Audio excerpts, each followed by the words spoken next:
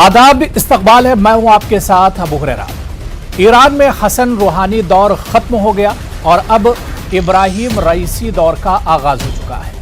Iran के नए सदर इब्राहिम रईसी खामनई के करीबी माने जाते हैं। इससे पहले वो ईरान के कई अहम ओहदों पर फाइज रहे, लेकिन एक ऐसे वक्त सदर रईसी ने ओहदा संभाला है जब ईरान को कई चैलेंजेस दरपेश हैं, मुल्क के अंदर भी और मुल्क के बाहर भी। सवाल ये उठता है कि क्या सदर रईसी ईरान को माली बहरान, रोजगार, अमेरिका की पाबंदियों जैसे बहुत से मसाइल से क्या बाहर निकाल पाएंगे? क्योंकि चाहे कोरोना की बात करें, चाहे मईशत की बात करें और इसके अलावा अमेरिकी पाबंदियों और अमेरिका और यूरोपीय ममालिक से ईरान के ताल्लुकात, ऐसे बहुत से मसाइल हैं जिन मसाइल से ईरान जूझ रहा है। क्या इब्राहिम रईसी ईरान को अब एक तरह से पटरी पर ला पाएंगे? यह बहुत अहम सवाल हो जाता है। इन्हीं तमाम चैलेंजेस को, इन्हीं तमाम सवालों को हम अपने कुछ खास मेहमानों से समझने की कोशिश करेंगे। मेरे साथ डिबेट में बहुत खास मेहमान जुड़े हुए हैं। बहुत जल्दी अपने मेहमानों का आपसे तारुफ करा देता हूं। मेरे साथ रॉबिंदर सचदेव जी आलमी उमूर के माहिर हैं, फॉरेन एक्सपर्ट हैं और जब भी फॉरेन इश्यूज पर हम बात करते हैं वो हमारे साथ अक्सर जुड़ते हैं। रॉबिंदर सचदेव जी, सर आपका बहुत इस्तकबाल है न्यूज़ 18 उर्दू में। प्रोफेसर अखलाक आहन साहब फॉरेन एक्सपर्ट हैं, जेएनयू से हमारे साथ जुड़े हुए हैं और ईरान की सियासत, वहां के इश्यूज पर अच्छी नजर रखते हैं। प्रोफेसर अखलाक आहन साहब आपका भी सर बहुत इस्तकबाल है न्यूज़ 18 उर्दू में। प्रोफेसर मुहिब्बुल हक साहब जो कि आलमी सियासियत और माहिर उमूर है, आलमी उमूर के माहिर हैं, वो भी हमारे साथ डिबेट में जुड़े हुए हैं अलीगढ़ मुस्लिम यूनिवर्सिटी से। प्रोफेसर मुहिब्बुल हक साहब आपका भी सर बहुत इस्तकबाल है। और मेरे साथ सीनियर सहाफी जर्नलिस्ट प्रेम कुमार साहब भी डिबेट में जुड़े हुए हैं। प्रेम कुमार साहब आपका भी सर बहुत इस्तकबाल है न्यूज़ 18 उर्दू में। मैं सबसे पहले प्रोफेसर अखलाक आहन साहब आपसे शुरुआत करना चाहूंगा। आहन साहब, ईरान में अब नए दौर की शुरुआत हो गई है। ईरान में इब्राहिम रईसी दौर की शुरुआत हो गई है और हसन रूहानी जो दौर था वो एक तरह से खत्म हो गया। क्या आपको लग रहा है कि क्या कुछ चैलेंजेस होंगे इब्राहिम रईसी के सामने? क्या वो इन चैलेंजेस को टैकल कर पाएंगे? देखिए, बिल्कुल ये तो है कि एक नए दौर की शुरुआत है, लेकिन चैलेंजेस वही है जो पहले थे और पिछले कई सालों से हैं। और ख़ास तौर से जो दोबारा जो इम्पोज हो गया है सैंक्शंस, उसके बाद के जो माशी हालात हैं और जो फिर इंटरनेशनल जो इश्यूज हैं और पड़ोस में जो हालात बन रहे हैं ख़ास तौर से अफगानिस्तान में, तो ये सारे चैलेंजेस हैं उनके सामने और उसको वो किस तरह से टैकल करते हैं और कितना वो अलग होंगे। एक बात तो ज़रूर है कि इब्राहिम रईसी साहब की जो हैसियत है वो एक तरह से इस्टेब्लिशमेंट का जितने भी हिस्से हैं उनको सपोर्ट रहेगा और इस लिहाज से वो एक ज़्यादा मजबूत लीडर होंगे और ज़्यादा कुव्वत के साथ और कॉन्फिडेंस के साथ वो फैसले ले पाएंगे। लेकिन चैलेंजेस वही हैं और सबसे जो बड़ा फिलहाल जो ईरान के लिए जो सबसे बड़ा चैलेंज है वो माशी है और वहाँ की जो माशी सूरत हाल है वो बहुत ही ख़राब है और लोगों का जो बुनियादी कंसर्न है वो यही है। और दूसरी जो है जो स्ट्रेटेजिक सिचुएशंस हैं, सैंक्शंस को वो कैसे टैकल कर पाते हैं। और एक चीज़ जो मुझे लगता है वो थोड़ा सा फेवरेबल लगता है वो ये कि इस खित्ते की जो कुछ बड़ी ताकतें हैं, मिसाल के तौर पे रशिया है या टर्की है या चाइना है, उनका ज़रूर सपोर्ट है और इंडिया के साथ बड़े अच्छे ताल्लुकात हैं और ये एक पॉजिटिव पहलू फिलहाल दिखता है और ये उन पे डिपेंड करता है। ये आने वाले दिनों में देखना होगा कि कितनी खूबसूरती के साथ और वो इन मसलों को हल कर पाते हैं। बिल्कुल जाहिर सी बात है कि जिस वक्त उन्होंने ये ओहदा संभाला है उस वक्त ईरान पर चैलेंजेस तो हमेशा से रहे, लेकिन कोविड की जो सूरत हाल है उसे लेकर देखा जाए या अफगानिस्तान में जिस तरह के हालात बने पड़ोस में, तो कहीं ना कहीं चैलेंजेस एक तरह से बढ़ गए हैं। मैं रॉबिंदर सचदेव जी आपके पास आना चाहूंगा। रॉबिंदर सचदेव जी, हमेशा से हम देखते हैं, चाहे इजराइल हो या अमेरिका हो या यूरोपीय जो कंट्रीज हैं, उनसे ईरान की एक तरह से ठनी रहती है। नया चेहरा आया है, एक तब्दीली हुई है ईरान की पॉलिटिक्स में। क्या आपको लगता है कि अमेरिका या यूरोपियन कंट्रीज जो हैं उनसे ईरान के जो ताल्लुकात हैं वो सुधार उसमें किसी तरह का हो सकता है?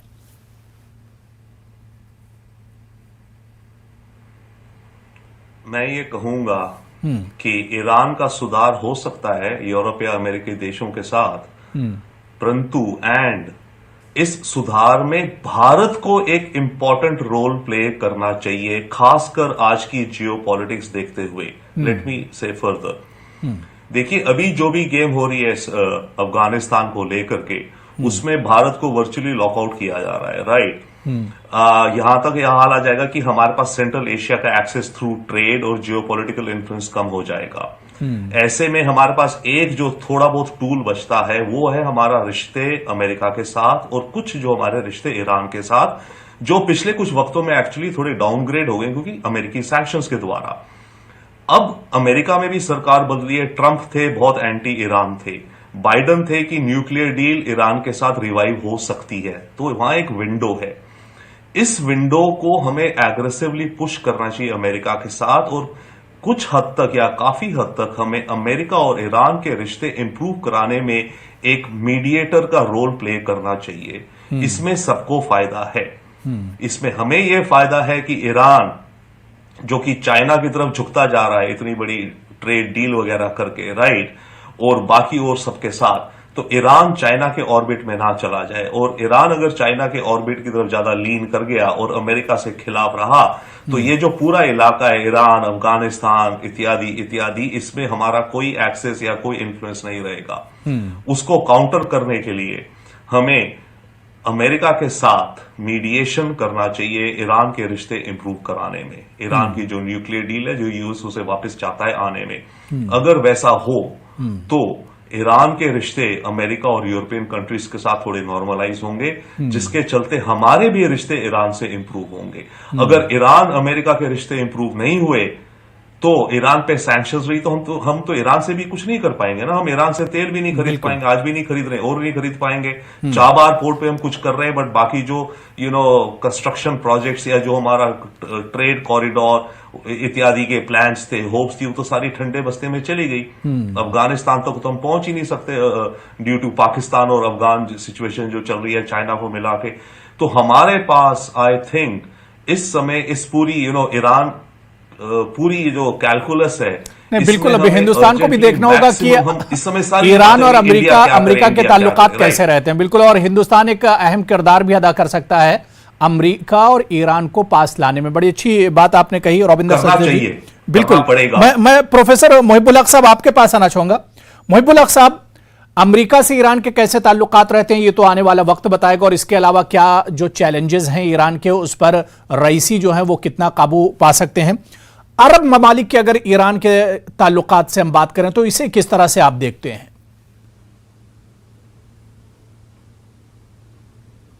देखिए, सबसे पहले हमें ये याद रखना चाहिए कि 1979 में जब इस्लामी इनकलाब आया ईरान में, उस वक्त से लेकर आज तक जो वेस्टर्न पावर्स है, खास करके अमेरिका, उसके साथ ईरान के कभी भी ताल्लुकात अच्छे नहीं रहे हैं।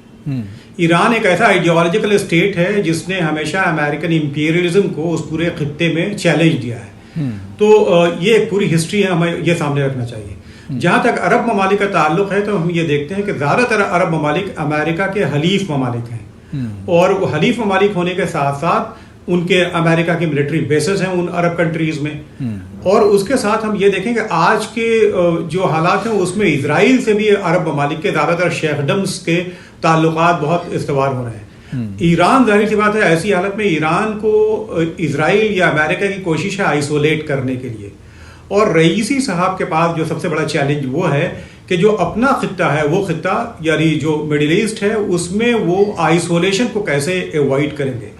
यानी जो एक ट्रस्ट डेफिसिट डेवलप हुआ है Sunni powers, so called Sunni powers में, बतौर खास ईरान के खिलाफ, और वो ईरानियन इंटरवेंशन इन सीरिया वगैरह या यमन में उसको ईरानियन इंपीरियलिज्म का नाम देते हैं। तो ऐसी हालत में इन चैलेंजेस को वो कैसे नेगोशिएट करते हैं, कैसी डिप्लोमेसी इनकी रहती है कि अरब ममालिक के साथ जो ताल्लुकात हैं उनको वो इस्तवार करके एक ट्रस्ट डेफिसिट को ख़त्म कर सकें और अमेरिका और इजराइल का जो डिज़ाइन है उससे ईरान को निजात दिला सकें।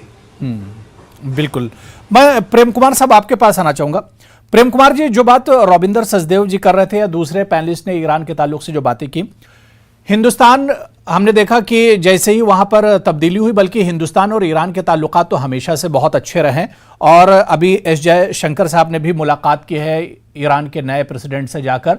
तो कितना अहम हो जाता है जो बात रविंदर सचदेव जी कर रहे थे कि अमेरिका और ईरान को पास लाने में हिंदुस्तान का किरदार जो होगा बहुत अहम हो जाता है।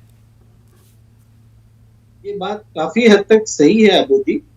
देखिए, ईरान की जो पोजीशन है और इंडिया की पोजीशन, दोनों एक तरह से समान तरह का क्राइसिस जो है झेलता रहा है।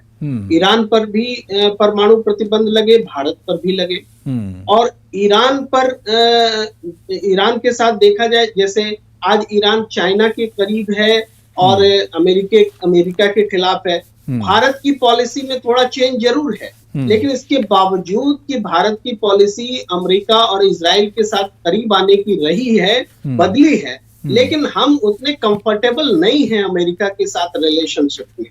तो वजह यह है, आप जैसे तालिबान का इशू है, अफगानिस्तान का इशू है, तो अफगानिस्तान में हम देख रहे हैं कि ईरान का जो हित है, हमारा हित है, लगभग हमारी चिंता एक जैसी है। अमेरिका और हम अगेंस्ट में खड़े दिखते हैं, हम कोऑपरेटिव नहीं है। अमेरिका हमें लेकर के तालिबान के मुद्दे पर सहमत एक कंसेंसस से बात नहीं कर रहा है, वो अपने हितों की चिंता कर रहा है। तो ऐसी स्थिति में इसी मायने में हम दोनों की तुलना करें कि ईरान भी एक ऐसा पावरफुल कंट्री है जो कि जैसे हिंदुस्तान थोड़ा सा हम कह सकते हैं उससे ज्यादा स्ट्रांग है कई मायनों में। इसके कूटनीतिक संबंध भी दुनिया में अच्छे हैं और एक तटस्थ देश के रूप में भारत ज्यादा विश्वसनीय रहा है। मगर आज आप देखिए, अमेरिका में बदलाव हो चुका है सत्ता में, इजराइल में परिवर्तन हो चुका है और ईरान में परिवर्तन हो चुका है। इन परिवर्तनों के परिप्रेक्ष्य में अगर हम देखें तो एक संभावना बनती है कि जो हमारे व्यापारिक संबंध टूट गए हैं, छूट गए हैं ट्रंप सरकार के रहते हुए, जो कि ज्यादा ऑफेंसिव थे, उन्होंने हमें तेल का निर्यात भी आयात भी बंद करा दिया ईरान से। तो अब इवन चाबहार पोर्ट जो है, जो हम लोगों ने इन्वेस्ट किया था, वो पानी में मिल गया। हालांकि उसका कारण दूसरा है, इंटरनेशनल सिचुएशन में जब चीन के पास में वो करीब गया और भारत के व्यापारिक नजरिए से भारत थोड़ा कमजोर पड़ा, चीन ने लीड ले ली, तो ईरान का उधर एक नेचुरल गठबंधन बढ़ा और सहयोग बढ़ा, व्यापारिक रिश्ता बढ़ा। लेकिन ये माकूल समय है कि उन रिश्तों को हम फिर से बहाल कर सकते हैं। दुनिया में सबसे ज्यादा दूसरा अगर शियाओं की आबादी देखें तो इंडिया में है ईरान के बाद में, सुन्नी की भी आबादी देखें तो वो भी इंडिया में है पाकिस्तान के बाद में। तो इंडिया में तो शिया भी है और सुन्नी भी है, और ये इस वजह से हमारे संबंध इराक से भी होते हैं, ईरान से भी होते हैं, पाकिस्तान से भी होते हैं या ईरान से भी होते हैं। ये संबंध रहा है, हम लोग तालमेल बनाकर चलते रहे हैं। अभी एक बहुत अच्छी पॉसिबिलिटी है, जयशंकर जी गए हैं वहां, और इससे पहले की भी सरकारों में भी हमारे यहाँ से जब वहां पर ओथ सेरेमनी होता है, हम निमंत्रित रहे हैं, वहां जाते रहे। लेकिन एक ऐसा समय है जब सरकारें बदली हैं, हम एक अच्छे रिलेशनशिप के लिए बदले हुए जियोपॉलिटिकल सिचुएशन में हम उम्मीद कर सकते हैं, एक अच्छे की उम्मीद कर सकते हैं, एक संभावना बन रही है। बिल्कुल, यानी मौजूदा हालात में रिश्ते और मजबूत हो सकते हैं ईरान और हिंदुस्तान के। मैं प्रोफेसर अखलाक आहन साहब आपके पास आना चाहूंगा। अखलाक आहन साहब, ईरान जिस दौर से गुजर रहा है, परेशानियों भरा यह दौर है, क्योंकि जो मुश्किलात और पाबंदियां पहले से थीं वो तो थी ही, लेकिन कोविड ने भी बहुत एक तरह से दोहरी मार मारी है ईरान को। ऐसे में इब्राहिम रईसी से तवक्कुआत क्या कुछ हो सकती हैं? क्या कुछ वो ईरान के लिए कर सकते हैं जिस तरह के हालात से ईरान गुजर रहा है? देखिए, जैसा कि मैंने कहा कि सबसे बड़ा जो इशू है अभी फिलहाल ईरान के लिए, जो सबसे बड़ा चैलेंज है वो इकोनॉमिक है, इक्तिसादी है। और दूसरा जो यही उसी से जुड़ा हुआ है, जो पेंडेमिक की वजह से जो सिचुएशन पैदा हुआ है, हेल्थ भी और खुद इकोनॉमिक भी। तो इसमें फिर उनको यही करना होगा कि जो वर्ल्ड पावर्स हैं उससे कैसे वो निगोशिएट कर पाते हैं कि इस सिचुएशन से निकाल पाए। अभी तक आप देख लीजिए ईरान में मेरे ख्याल से अभी सिर्फ 60 से ऊपर के लोगों को ये मौका मिल पाया है कि वो वैक्सीनेशन उनका हो पाए, और उसकी वजह है कि वहाँ बड़ी क्राइसिस है। और दोबारा अभी सुनने में आ रहा है कि फिर से एक नया वेव आ गया है, तो बहुत सूरत हाल ख़राब है। हॉस्पिटलों की बड़ी तादाद में डॉक्टर्स की मौतें हुई हैं, और बड़ी तादाद में ये जो मेडिकल के ना होने की वजह से हुआ है। तो खुद इंटरनेशनल कम्युनिटी को इस बारे में सोचना चाहिए। एक ह्यूमन क्राइसिस है, और पॉलिटिकल जो डिफरेंसेस और जो चीज़ें रहती हैं वो अपनी जगह, लेकिन ये एक पूरे ह्यूमन क्राइसिस में है, और ये इसके लिए सबको सोचना चाहिए, पूरी दुनिया को इस बारे में सोचना चाहिए। और यहाँ यही चैलेंज खुद रईसी साहब का भी है कि वो जो वर्ल्ड पावर्स हैं और खुद वर्ल्ड पावर्स, अभी बात आई थी कि इंडिया उसमें क्या रोल अदा कर सकता है, तो मुझे लगता है कि इंडिया के लिए ये एक बड़ा मौका भी है। और हमारे जो वजीर खारजा हैं वो बहुत ही एक्टिव हैं, कई दौरे भी उन्होंने किए हैं। तो इन हालात से जो लोग भी निकाल पाएंगे वो खुद ईरान के लिए, ईरान से उनके रिश्ते बेहतर हो जाएंगे, और ईरान को भी इन हालात से निकलने में आसानी हो जाएगी। तो ये चैलेंज है जो नए सदर हैं, और ये चैलेंज खुद रीजनल पावर्स के लिए भी है कि वो ईरान को इस क्राइसिस से निकालने में किस तरह से ईरान को इससे कैसे निजात मिलेगी, और क्या रईसी इससे निजात दिला सकते हैं? जो जिस तरह की पाबंदियां लगी हैं या जो भी मसाइल हैं, ये देखना बहुत अहम होगा। मैं रविंदर सचदेव जी आपके पास आना चाहूंगा। जैसे ही एक तरह से सत्ता में परिवर्तन हुआ, जिसे हम उर्दू में कहते हैं कि इख्तिदार में बदलाव आया, तो उसके बाद अमेरिका ने कहा कि अब ईरान को कम से कम बातचीत करनी चाहिए। यह अमेरिका की तरफ से कहा गया कि ईरान को अब नेगोशिएशन करना चाहिए और बातचीत करनी चाहिए, जो मसाइल हैं, खासतौर से जो पाबंदियां लगाई गई। क्या आपको लगता है कि अमेरिका में भी बदलाव आया है, जिस तरह से प्रेम कुमार जी कह रहे थे, और कहीं ना कहीं सत्ता में बदलाव अब ईरान में भी है? तो ऐसे में क्या आपको लगता है कि अमेरिका और ईरान करीब आ सकते हैं? मेरे विचार से बिल्कुल अपॉर्चुनिटी है इस समय।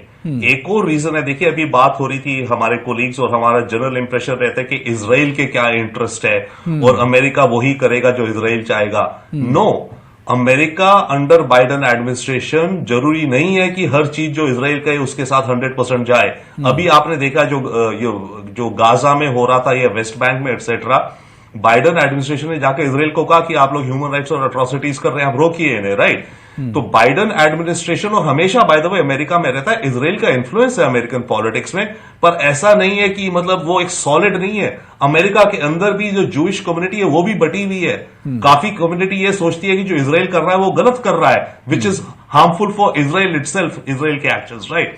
तो इसके चलते, और बाइडेन की अभी जो है, देखिए अमेरिका का नंबर 1 कोट अनकोट एनिमी कौन है इस समय? मानिए चाइना है और रशिया है, राइट? ईरान उस लेवल पे नहीं है, या नॉर्थ कोरिया है। ईरान की ट्रंप की ऑब्सेशन था एक, और वो न्यूक्लियर डील से निकले, राइट?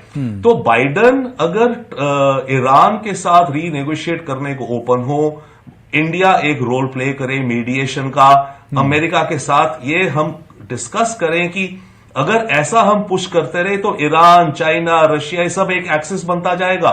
इस एक्सिस को रोकने के लिए, और बाइडेन भी ये चाहते हैं एटलीस्ट ओवरऑल कि न्यूक्लियर डील, ताकि ईरान का प्रोग्रेस टुवर्ड्स न्यूक्लियर वेपन्स रुके। तो वो अगर हम उसमें मीडिएशन रोल प्ले करें तो अमेरिका और ईरान के रिश्ते कुछ बैलेंस में आ सकते हैं, जिसके चलते ईरान पर सैंक्शंस उठेंगी, जिसके चलते ईरान, जो अभी इकोनॉमी की बात हो रही, ईरान की इकोनॉमी को थोड़ी राहत मिलेगी, उसके चलते हमारे रिश्ते ईरान से इंप्रूव होने हो सकते हैं। अदरवाइज देखिए अमेरिका की जो सैंक्शंस है ईरान पे, हम कहते हैं हमारे ईरान से बड़े अच्छे पुराने रिश्ते हैं, क्या रिश्ते हैं? पिछले 5-10 साल से हम ईरान से कहां तेल खरीद रहे हैं? अमेरिकन प्रेशर में आके हमने तेल खरीदना बंद कर दिया ईरान से, तो कहां रहे हमारे रिश्ते? Only words mean nothing. जैसे आज की तारीख में हम कहते हैं रशिया से हमारे बड़े अच्छे रिश्ते हैं, माना अच्छे हैं, पर आज क्या हो रहा है? रशिया एक मीटिंग बुला रहा है जिसमें इंडिया को इंक्लूड नहीं कर रहा है रिगार्डिंग अफगानिस्तान। वो ये कहता है कि इंडिया को कोई इन्फ्लुएंस नहीं है तालिबान पे, तो इंडिया क्या करेगा डिस्कशन पे आके, तो इसलिए रशिया, चाइना, पाकिस्तान और अमेरिका मिलकर बात करेंगे। हमारे बड़े अच्छे रिश्ते हैं रशिया से, but you see where is it, reality क्या है? हम ईरान को बार बार कहते रहते हैं सिविलाइजेशनल लिंक्स, वो तो मान लिया, बट उस पर हम परफॉर्म कितना कर रहे हैं ईरान के साथ? अब ईरान, हमने ईरान के साथ सारा ट्रेड बंद कर दिया अंडर अमेरिकन सैंक्शंस। बिल्कुल, हिंदुस्तान तो ईरान के लिए अहम किरदार अदा ही कर सकता है, लेकिन अगर ईरान में भी हालात सुधरते हैं तो वो हिंदुस्तान के हक में होगा कहीं ना कहीं। मैं मुहिबुल हक साहब आपके पास आना चाहूंगा। मुहिबुल हक साहब, जिस वक्त अगर टाइमिंग की हम बात करें कि जिस वक्त इब्राहिम रईसी ने ओहदा संभाला, उस वक्त आप देखिए कि पड़ोस में ही हालात बहुत ज्यादा खराब हैं। अफगानिस्तान और तालिबान का जो दबदबा बढ़ रहा है, इसका कितना असर होगा ईरान पर, क्योंकि पड़ोसी ममालिक के नाते?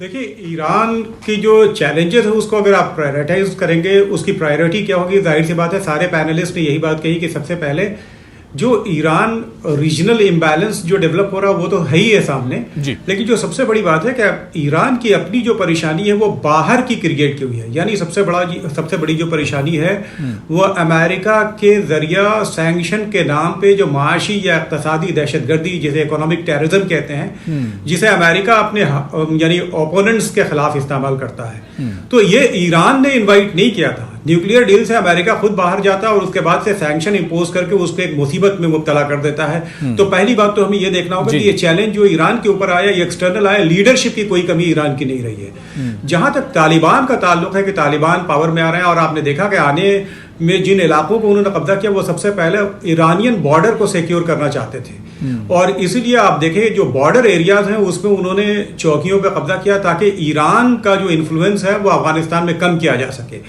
जाहिर सी बात है, हज़ारा कम्युनिटी में आमतौर पर तालिबान का जुल्म व ज़्यादती होती रही है और ईरान उनके लिए सॉफ्ट कॉर्नर भी रखता है। दूसरी तरफ अगर एक एक्सट्रीमिस्ट गवर्नमेंट आती है जो बिल्कुल पड़ोस में हो और उसके साथ, तो वहां पे भी यानी ईरान में इंटरनल प्रॉब्लम हो सकती है। आप देखेंगे कि ट्रस्ट डेफिसिट ऑलरेडी लोगों के अंदर डेवलप हुआ, ईरान के अंदर ईरान में इंटरनल डिस्टर्बेंसेस एक्सटर्नल पावर्स की मदद से क्रिएट की गई। तो ऐसी हालत में ईरान बहुत कॉन्शियस है और ईरान वॉच करेगा, लेकिन फिलहाल उसके पास जो सबसे बड़ा चैलेंज है वो इकोनॉमिक सैंक्शन या जो अमेरिका की इंपोज की हुई माशी दहशतगर्दी है उस पर कंसंट्रेट ज्यादा करेगा। जाहिर सी बात है, रीजनल चैलेंजेस को इग्नोर नहीं किया जा सकता। बिल्कुल। मैं बहुत शॉर्ट में, प्रेम कुमार जी, वक्त की बहुत कमी है कि ईरान के सामने चैलेंजेस बहुत ज्यादा है, उसे किस तरह से रईसी निपटाते हैं ये देखना भी बहुत अहम होगा। शुरुआत कहां से वो करेंगे ये भी बहुत अहम हो जाएगा। निश्चित रूप से अबू जी, देखिए ईरान पर जो समस्या है वो थोपी हुई है, जो इंटरनेशनल सिचुएशन है उस पर समस्या थोपी हुई है, और उसका बेसिक कारण है चीन के करीब जाना ईरान का, ये बेसिक कारण है। और चूंकि अमेरिका में भी सरकार बदली, मैंने पहले भी कहा, सरकार बदलने के बाद ये स्थिति बनी है, एक संभावना बनी है कि फिर से वो चीजें रिवाइव हो और जो सैंक्शंस ईरान पर लगे हैं वो खत्म हो। जब वो खत्म होता है तब निश्चित रूप से एक व्यापारिक संबंध जो टूट गया है ईरान का दूसरे देशों के साथ, जिसमें खास करके हमारा मुल्क है, हिंदुस्तान है, वो रिवाइव हो सकता है और एक नए सिरे से जो जियो पॉलिटिकल सिचुएशन है वो बन सकता है। लेकिन ये सारी संभावना है, एक उम्मीद है, और चूंकि वहां की ईरान की सरकार में परिवर्तन हुआ है और पहले के मुकाबले हम थोड़ा उदार गवर्नमेंट आता हुआ देख रहे हैं, तो इससे हम ये उम्मीद कर सकते हैं कि ईरान में के साथ में हमारे संबंध भी और बेहतर, बिल्कुल हिंदुस्तान के ताल्लुकात और बेहतर होंगे। लेकिन बेहतर यही होगा कि अगर क्या रईसी जो मसाइल हैं उन मसाइल से ईरान को निकाल सकते हैं, ये देखना आने वाले दिनों में बहुत अहम हो जाएगा।